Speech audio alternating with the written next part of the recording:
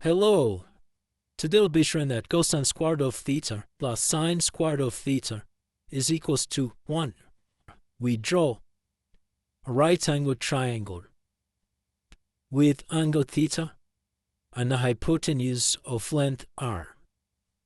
Our aim will be to express the opposite side of theta in terms of r and also the adjacent side of theta in terms of r. We know that sine of theta is opposite divided by the hypotenuse r.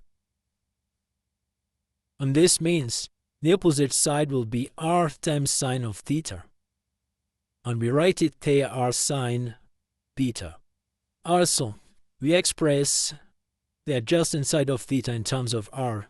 We know that cosine of theta is equals to the adjacent side of theta divided by the hypotenuse, which is r. And therefore, the adjacent side will be r times cosine of theta. We write it there, r cosine of theta. Our next move is to see what happens if we apply the Pythagoras theorem on this rectangle triangle, whereby we've expressed all sides in terms of the hypotenuse r.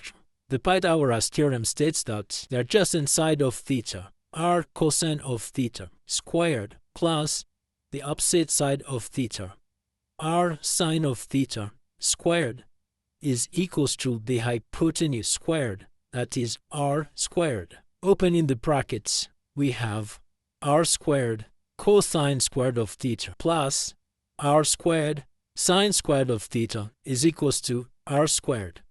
R squared is common in all terms, and therefore we divide all terms by r squared. And this should give us cosine squared of theta plus sine squared of theta is equals to 1. And therefore we've proved the identity cosine squared theta plus sine squared theta is equals to 1.